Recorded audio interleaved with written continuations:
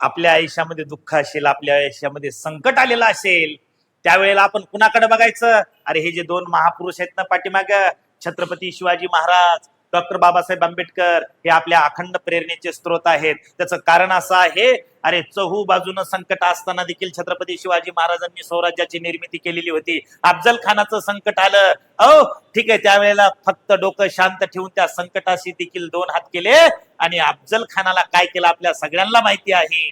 अरे औरंगजेबानं त्या ठिकाणी आग्र्याला कैदेमध्ये ठेवलं, कशी सुटका करून घेतली. अरे तेवढ्या मोठ्या संकटातून त्या ठिकाणी सही सलामत बाहेर पडायचं असेल तर फक्त आपलं या ठिकाणी बुद्धी शांत पाहिजे. डॉक्टर बाबासाहेब आंबेडकर ज्या समाज व्यवस्थेमध्ये लहानाचे मोठे झाले, त्या समाज व्यवस्थेनं माणूस म्हणून जगण्याचं देखील नाकारलं. त्याच समाज व्यवस्थेमध्ये त्या ठिकाणी राहून त्या आपल्या बांधवांना त्या ठिकाणी माणूस म्हणून जगण्याचा हक्क संविधानाच्या माध्यमातून त्यांनी मिळवून दिला. म्हणून भारतीय संविधानाचे शिल्पकार म्हणून आपण त्याला त्या ठिकाणी ओळखतो.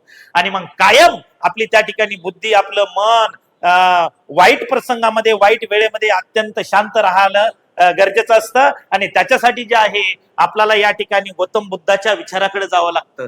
गौतम बुद्ध राजपुत्र असताना देखील त्यांनी त्या ठिकाणी आपल्या अंगावरचे राजवस्त्र फेकून दिले आणि संन्यासाचा वेश त्या ठिकाणी धारण केला आणि त्या ठिकाणी ते दुःखाचा शोध घेण्यामध्ये बाहेर पडले. आणि त्यावेळेला त्यांना बोधिसत्व प्राप्त झालं, ज्ञानाची प्राप्ती झाली. ते ज्ञानच आज आपल्याला या ठिकाणी वाचू शकतं.